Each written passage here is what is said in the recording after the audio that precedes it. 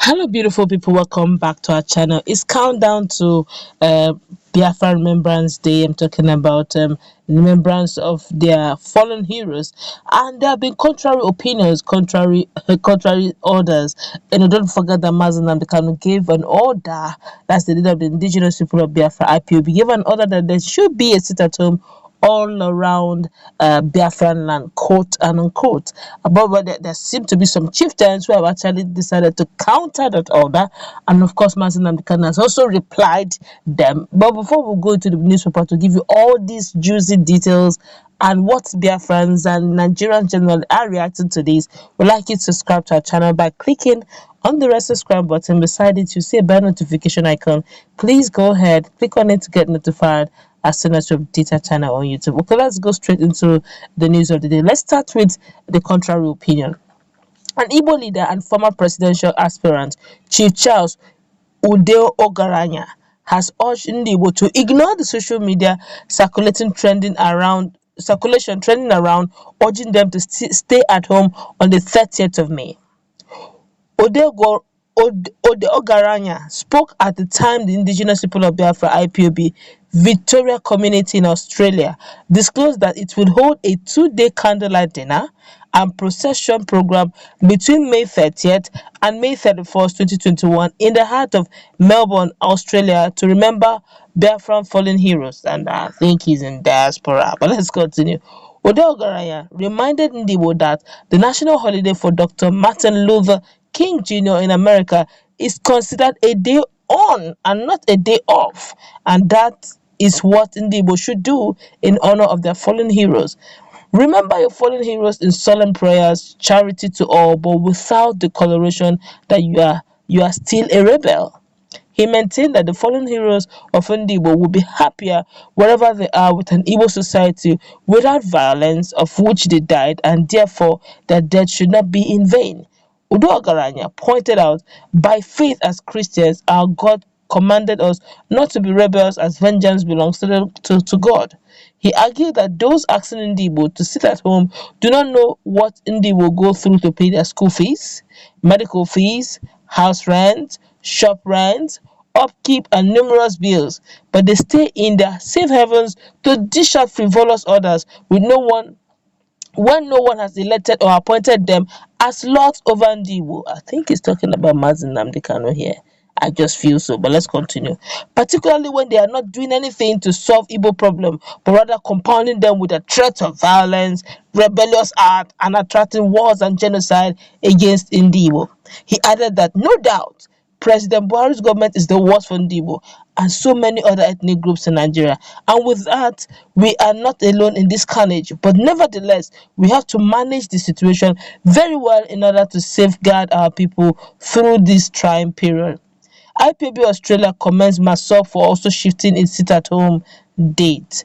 IPOB also applauded the Comrade Nnamdi-led movement for the actualization of sovereign state of Biafra, Masop's decision to shift, like IPOB did, the observation of sit-at-home protests from Sunday, May 30th to Monday, May 31st at 2021 to allow church activities to hold across Biafra land and in diaspora.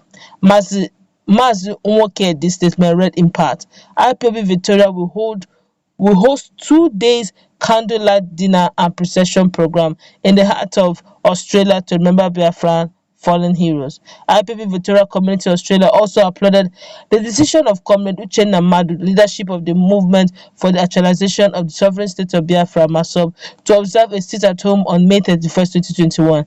The sit-at-home is not only to show respect for the ultimate sacrifice by our fallen heroes, but also to send warning signals to the Nigerian government that Biafra is still speaking with one voice.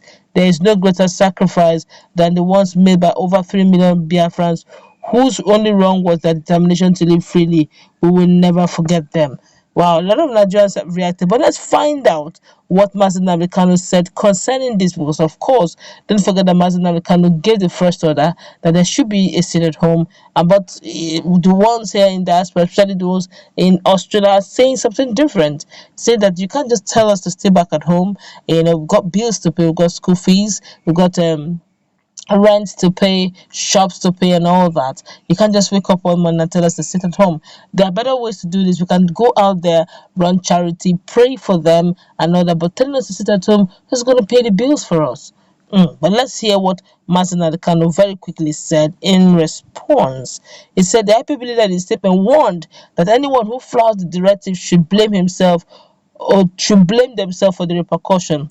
Kanu further stated that anyone found outside may be killed by enemies of IPOB and that death blamed on the group and its security outfit, that's Eastern Security Network (ESN).